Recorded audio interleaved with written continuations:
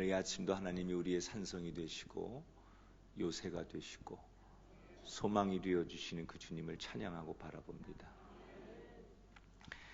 우리나라 역사에 고려 말기 때 1376년에 왜구가 고려를 침공한 적이 있었습니다.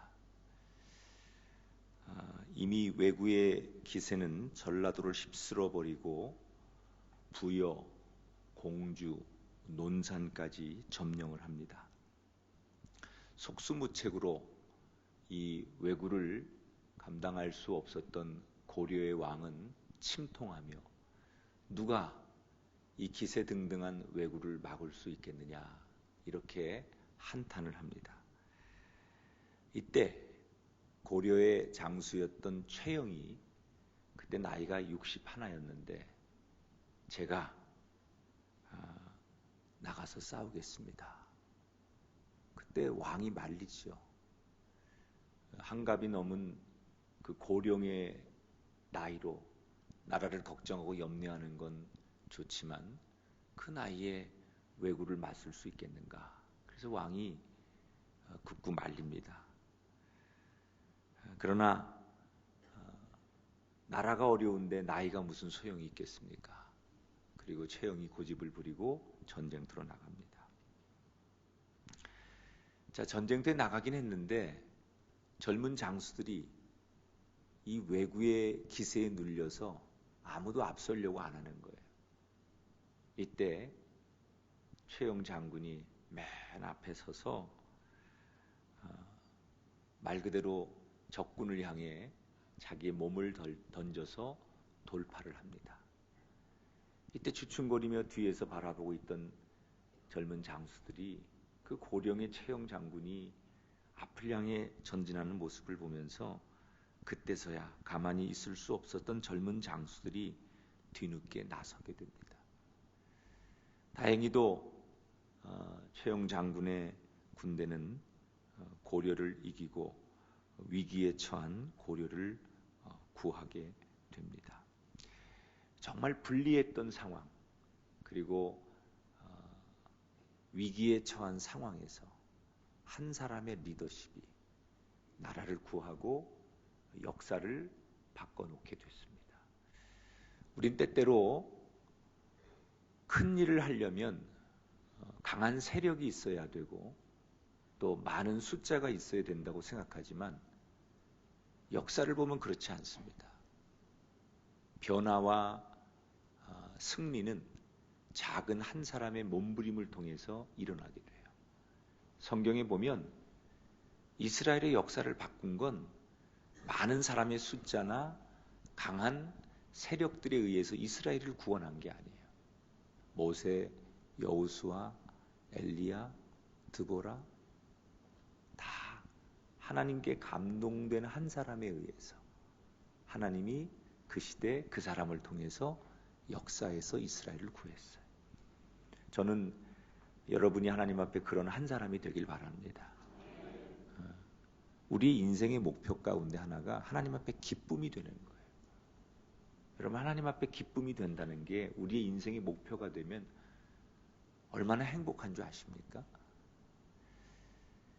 아이들도요, 부모를 기쁘게 해야 용돈 받을 수 있는 거예요. 우리가 하나님 앞에 기쁨이 되어드린다는 거예요.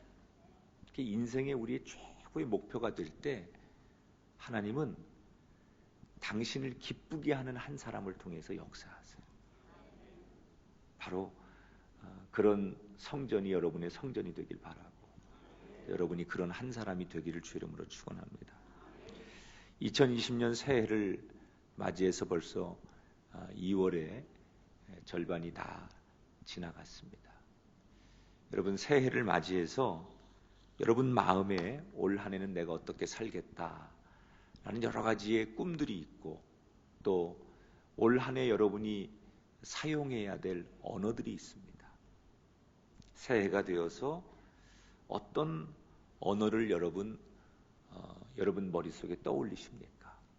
나라도 어렵고 세상도 뒤숭숭하고 뭐 여러 가지 되는 일이 없는데 나도 모르겠다.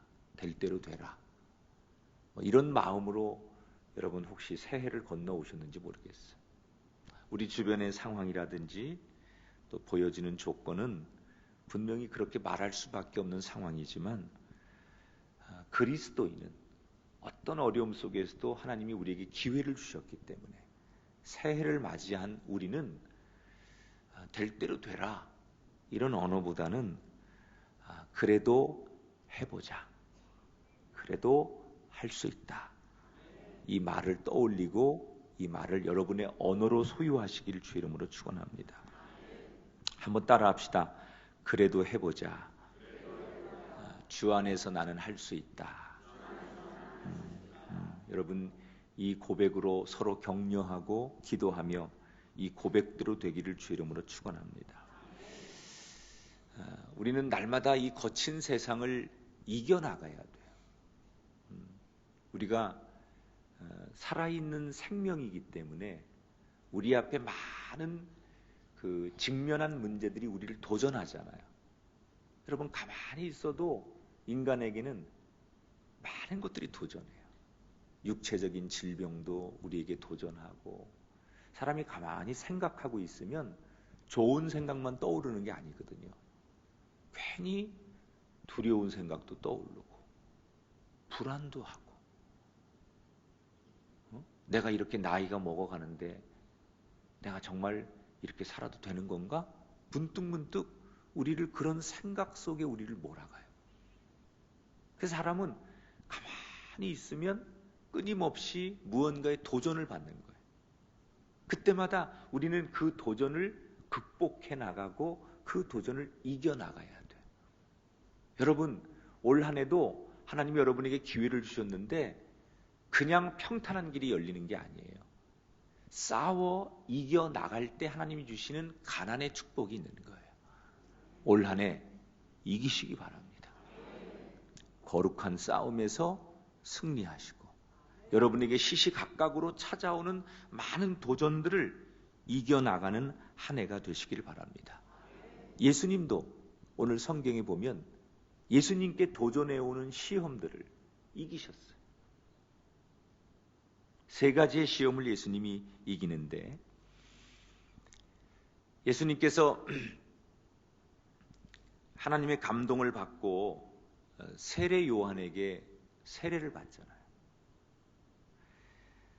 이때 예수님 세례를 받으실 때 장면이 하늘이 열리고 예수님께 성령이 임하는 그런 성경의 장면을 우리가 볼 수 있어요. 자, 성령 충만을 입었어요, 예수님께서. 그러면 우리 상식적으로 예수님이 성령 충만을 입고 성령이 예수님께 임했다면 모든 인생이 잘 풀려야 되는 거 아닙니까? 그런데 성령에 이끌리신 예수님은 어디로 가요? 형통하고 평탄한 길로 가는 게 아니라 전혀 반대의 곳으로 가요. 그곳이 어디예요? 낮에는 뜨겁고 한밤에는 너무 춥고 먹을 것 하나 없는 광야로 이끌려가요. 성령이 이끌면 천국과 같은 곳으로 예수님을 이끌 줄 알았는데 성령이 예수님을 광야로 이끌고 가요. 그냥 있는 것조차도 힘든 곳이 광야인데 그곳에서 예수님은 40일 동안 금식 기도를 하세요. 금식 기도를 해보신 분들은 알겠지만 굳은 의지로 금식을 시작하지만 아무리 의지가 강해도 물만 먹는 금식 기도는 정말 힘든 거예요. 전 부끄럽게도 제 평생에 가장 많이 한 금식 기도가 열흘밖에 안 돼요. 열흘도 정말 제가 죽는 줄 알았어요. 정말 제가 잘 못하는 게 금식 기도인 것 같아요. 그래서 간혹 이렇게 새해를 맞거나 중요한 문제를 놓고 저도 금식 기도하면 길면 3일, 요즘은 하루 정도 금식하며 기도하는데 40일을 예수님께서 금식하셨다. 저도 제가 열흘 금식할 때 보니까 한 3일 지나서 5일쯤 되니까요, 온몸에 힘이 쫙 빠집니다. 그래서 육체적으로 하지 않게 하려고 금식하게 하는 거구나. 이게 육체적으로 에너지가 있으면요, 뭘 자꾸 육체적인 것으로 해결해 보려고 하는데 온몸에 힘이 쫙 빠지니까 육체적으로 뭘 할 생각이 없는 거예요. 근데 한 열흘쯤 되니까요, 뇌가 몽롱해져요. 한 열흘 되니까 뇌가 몽롱해지고, 열흘을 넘어가신 분들의 얘기는 이게 이제 40일 금식 기도하신 분들의 얘기를 들어보니까 환각, 환청 이런 것도 온대요. 제가 그 새롭게 하소서라는 방송 프로그램 한 6년간 진행을 했는데, 거기에 이렇게 간증하러 오시는 분들의 얘기 가운데 뭐 이런 아주 정말 은혜를 깊이 체험한 분들의 얘기 들어보면, 금식 기도하다 보면 지금 말씀한 대로 그런 루틴대로 육체가 쫙 빠지고 뇌가 몽롱해지고, 마지막에 가면 한 40일쯤 가면 정말 이렇게 환각, 환청 이런 게 들리는 경우도 있답니다. 이때부터는 결국 정신력으로 버티는 거예요. 정신력으로. 그러니까 예수님도 지금 40일을 그렇게 버티며 기도하시는 거예요. 그냥 우리가 성경에서 예수님이 세례 받으신 후에 광야 가서 40일 금식 기도하셨대, 그렇게 생각하지 말고 지금 제가 얘기한 대로 그 디테일하게 육체와 정신과 정말 여러 가지의 영적인 싸움들을 계속 해가면서 40일을 예수님께서 기도한다고 상상해 보세요. 그렇게 정신력으로 버텨가며 기도하던 어느 날 예수님께 갑자기 어떤 소리가 들리기 시작하는 거예요. 오늘 성경 3절에 보니까 이런 소리가 들려요. 네가 만일 하나님의 아들이여든 명하여 이 돌들로 떡덩이가 되게 하라. 이런 얘기예요. 너 하나님의 아들 맞지? 너 하나님의 아들이잖아.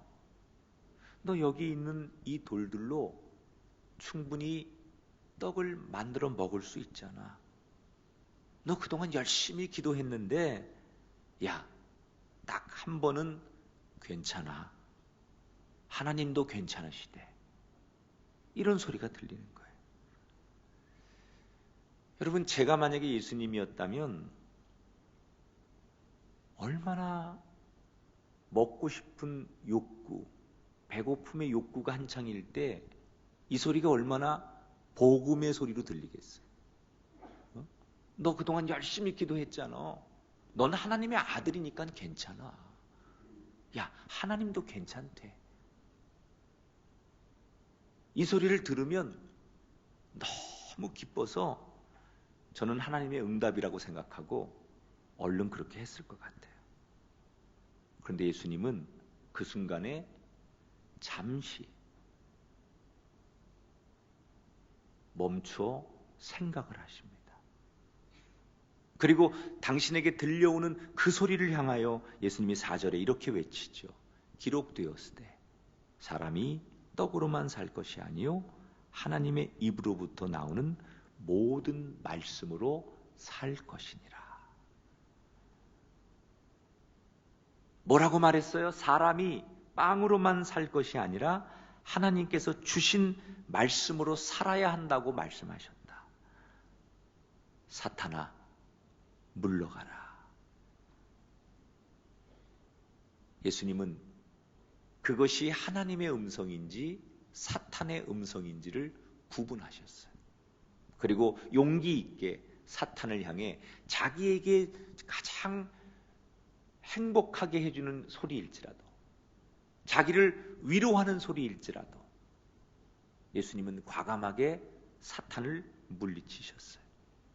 자, 어떻게 이 먹고 싶은 본능을 자극하는 시험을, 그리고 철저히 예수님을 위로하고 예수님 편에 서는 이 말을 예수님은 물리칠 수 있었을까? 예수님에게 아주 중요한 생각이 하나 있었어요. 예수님은 하나님을 신뢰했어요. 하나님을 믿었어요.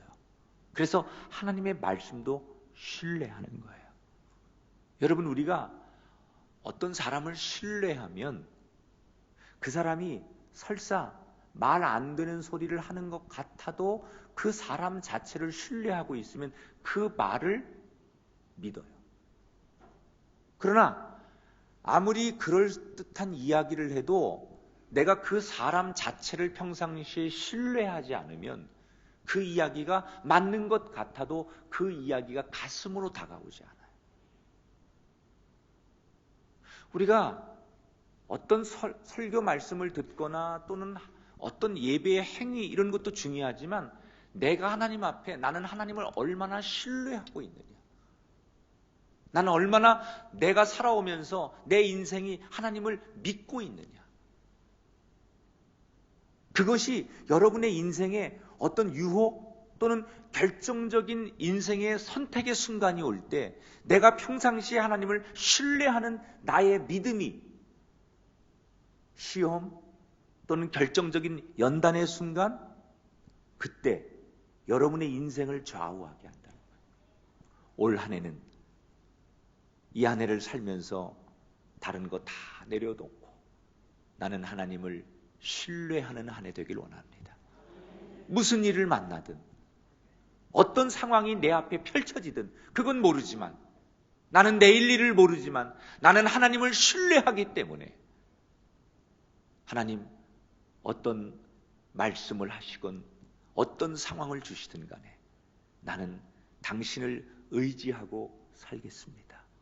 올 한 해 하나님을 신뢰하는 한 해가 되시기를 주의 이름으로 축원합니다.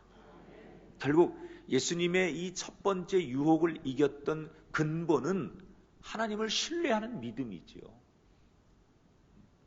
이렇게 첫 번째 유혹을 이기신 예수님은 얼마 뒤에 또 힘없이 지금 금식하고 있는 이 예수님이 무언가에 이끌려 가기 시작해요.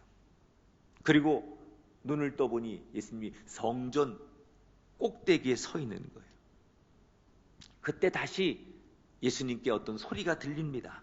속삭이는 소리가 들리는데 이번에는 시편 말씀이 들리는 거예요. 성전 꼭대기에 서 있는 예수님께 성경 말씀이 들리는 거예요. 시편 말씀에 보면 하나님께서 자녀들의 발을 붙드신다, 이런 말씀이 있는데 너 그 구약의 시편 말씀을 믿지? 시편에서 뭐라고 말씀했다고요? 하나님께서 자녀들의 발을 붙드신다. 이 말씀을 예수님께 들려주며 너 이 말씀을 믿지?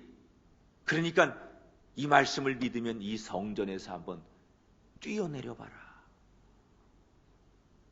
그때 하나님이 널 위해서 이 시편 말씀처럼 기적을 보여주실 거야. 그러면 너는 세상 사람들 앞에 인기 스타가 되겠지. 두 번째 예수님을 향한 시험은 말씀을 인용한 시험이었어요. 여러분, 이런 시험을 뭐라고 말하는 줄 알아요? 신앙적인 시험이라고 해요. 차라리 시험이 세상적인 시험이면 딱 구분을 해요.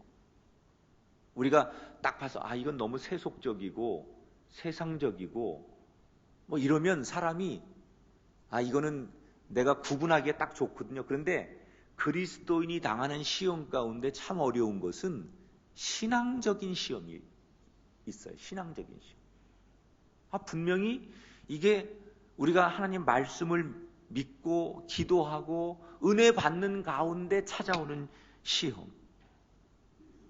지금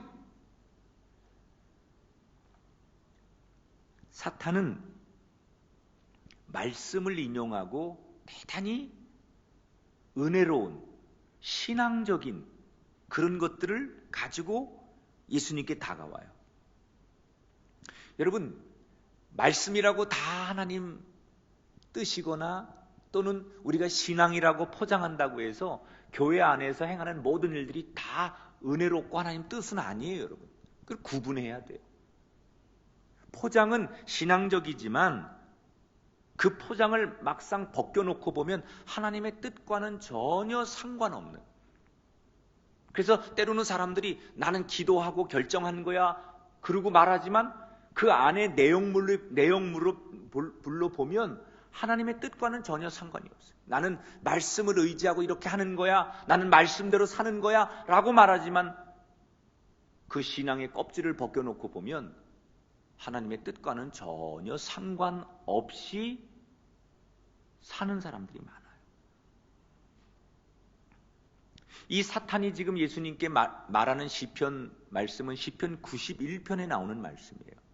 시편 91편에 나오는 말씀은 원래 하나님을 믿는 경건한 사람들을 보호하시겠다, 이런 뜻으로 하신 약속의 말씀이거든요. 그런데 마귀는 이 말씀을 그런 뜻과는 전혀 상관없이 예수님을 시험하는 데 사용하는 거예요. 여러분이 똑같은 물을 마셔도 젖소가 이 물을 마시면 우유를 만들어내지만 독사가 이 물을 마시면 독을 뿜어내잖아요. 하나님의 말씀을 인용한다고 해서 다 신앙적인 게 아니에요. 그 말씀이 정말 하나님의 뜻과 상관이 있는 말씀이냐. 자, 너무나 그럴싸한 첫 번째 유혹보다 훨씬 더 은혜롭고 영적인 것처럼 다가오는 이 두 번째 시험에 예수님은 잠시 생각하더니 7절에 보면 이렇게 외칩니다. 주 너의 하나님을 시험하지 말라.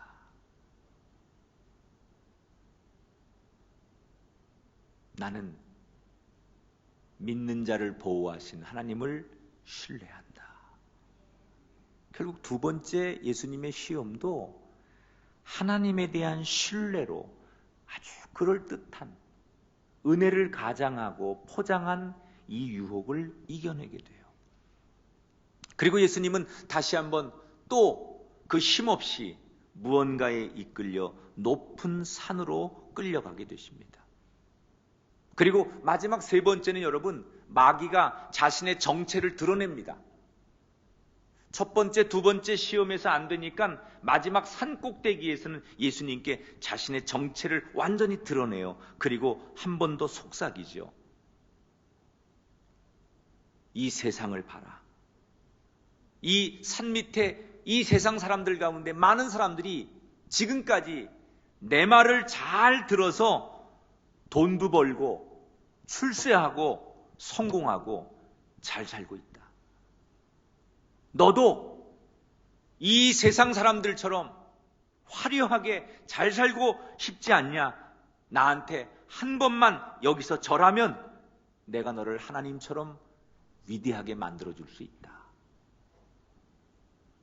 여러분, 첫 번째 그냥 일반적인 가장 기본적인 욕구로 시험을 한 마귀가, 두 번째는 은혜, 하나님의 말씀, 이런 것들을 가장해서 다가오지요. 점점 더 교묘해지죠. 그리고 마지막엔 안 되니까 아예 자신의 정체를 딱 드러내놓고 나한테 한 번만 무릎 꿇고 절하면 네가 원하는 모든 것을 줄 수 있다고 완전히 정면 승부를 하는 거예요. 저는 사실 이 세 번째 시험이 예수님께 제일 힘들었을 거라고 생각해요. 왜냐하면 너무나 매력적인 제안이거든요. 딱 한 번. 이게 얼마나 매력적인지 몰라요. 그래서 정말 이게 첫 번째, 두 번째, 세 번째 이 시험이 단계적으로 올라가면서 점점 강도가 세지는 거거든요. 이 세 번째 이 매력적인 이 사탄의 제안 앞에 예수님 이렇게 말씀하시잖아요. 10절에 사탄아, 같이 읽어봐요. 사탄아, 물러가라. 하나님께 경배하고 그를 섬기라. 사탄아 물러가라. 나는 무슨 일이 있어도 오직 하나님을 경배할 것이다.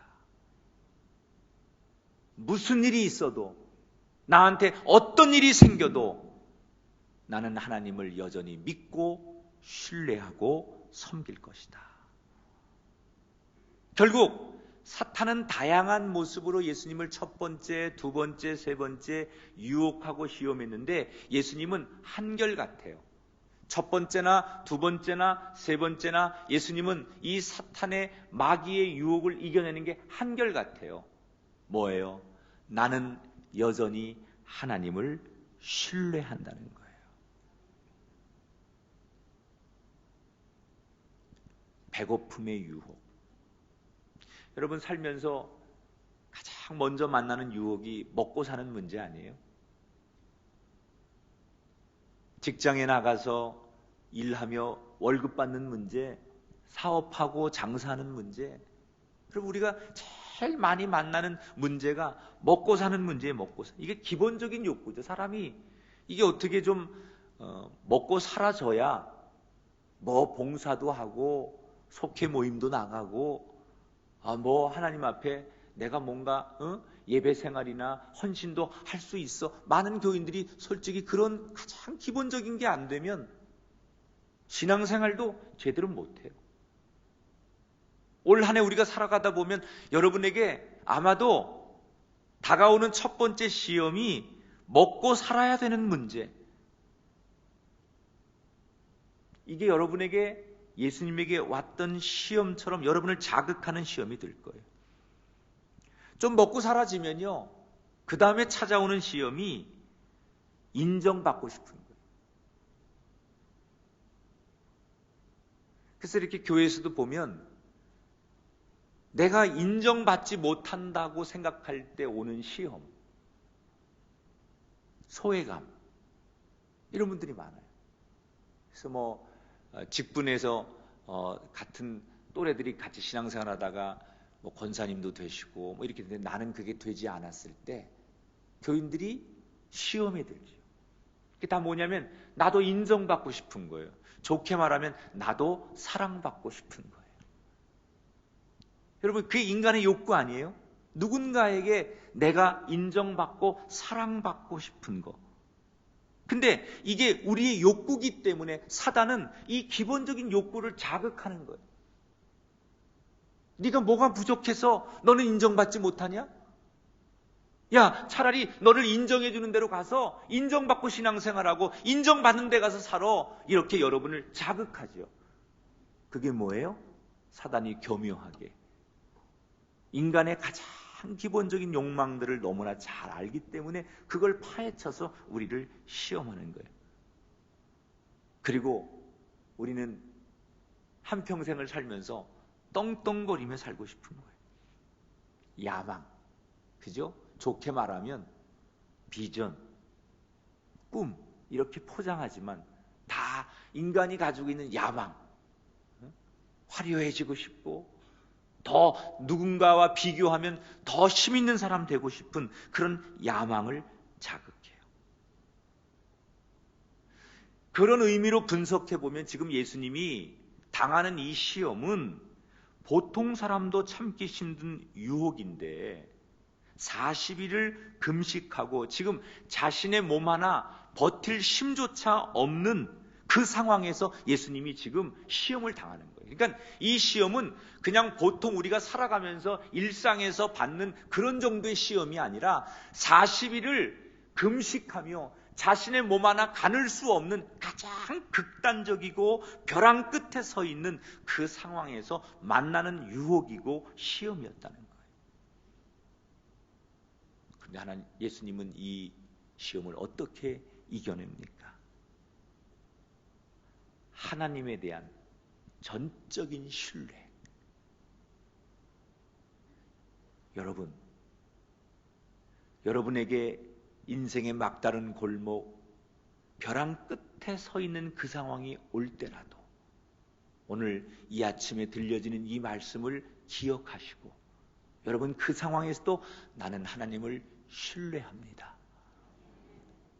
이 말씀을 떠올리시고 이 말씀을 붙드시고 이 말씀으로 소리치셔서 여러분 그 상황에서도 이겨내는 여러분이 되기를 주의 이름으로 축원합니다.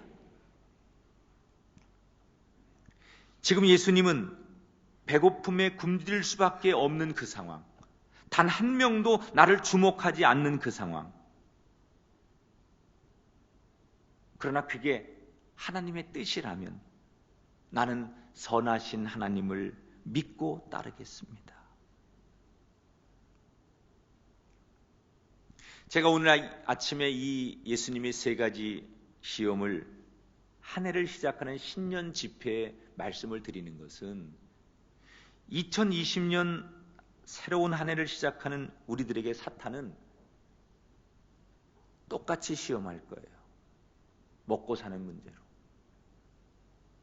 이미 보니까 여러분 표정 보니까 벌써 넘어간 사람이 있네 보니까. 이 사람이 먹고 사는 문제 앞에는 저희 교회 90명의 직원이 있어요. 월급을 주는 교회 직원이 90명이거든요. 무슨 얘기를 하면 좀 놀래달라고 내가 어제 저녁부터 그렇게 부탁을 드렸는데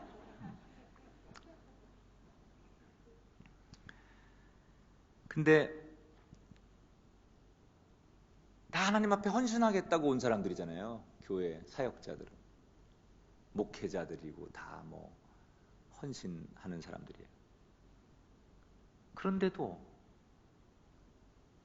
중간에 직원들이 많다 보니까 중간에 이런저런 문제로 사역을 하다가 못하겠다고 탈락하는 분도 있고 그런데 그 중에 대부분이 뭐냐면 먹고 사는 문제예요.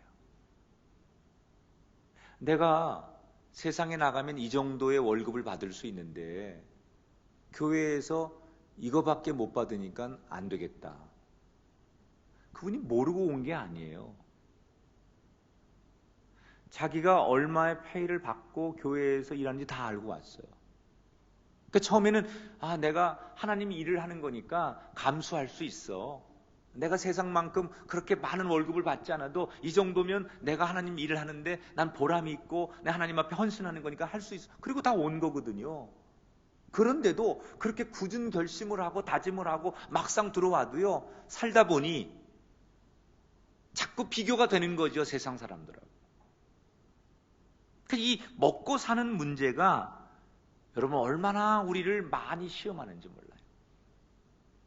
여러분, 내가 먹고 사는 문제 중요하지만 더 중요한 건 내 생사화복을 주관하는 하나님이 여러분의 하나님임을 믿는다면 여러분은 어떤 상황이 오고 불황이 오고 여러분 경제적으로 어려움이 오고 또 먹고 사는 문제가 힘들지라도 그 하나님을 신뢰하십시오.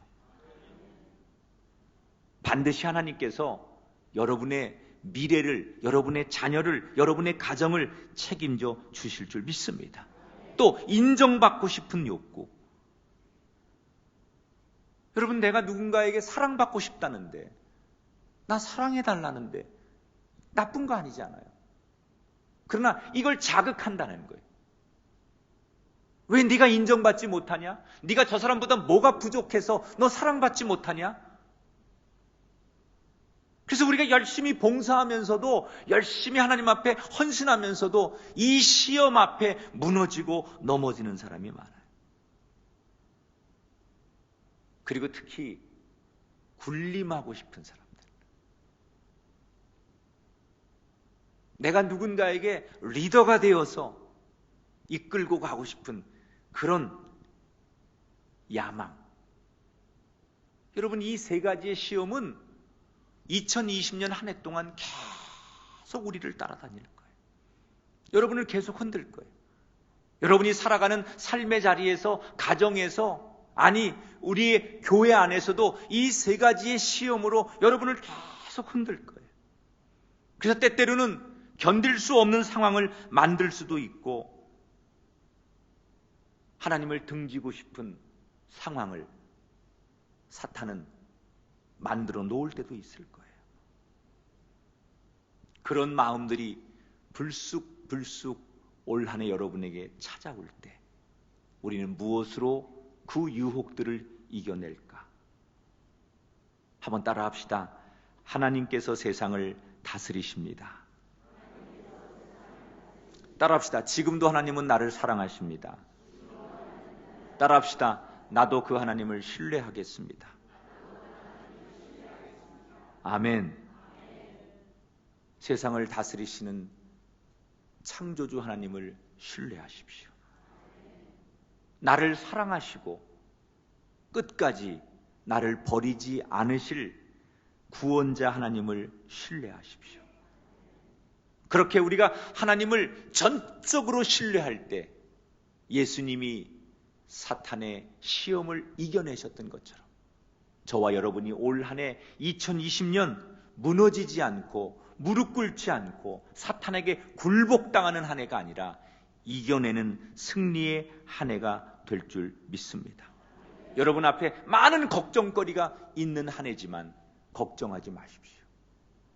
이렇게 외치십시오. 나는 그래도 여전히 하나님을 신뢰합니다. 그 고백을 여러분이 선포하고 이 한 해를 시작하는 연초부터 그 믿음으로 올 한 해를 살아가시면 여러분이 신뢰하는 만큼 예수님을 이기게 하셨던 하나님께서 우리 모두를 이기게 하는 넉넉한 한 해가 되게 하실 줄 믿습니다.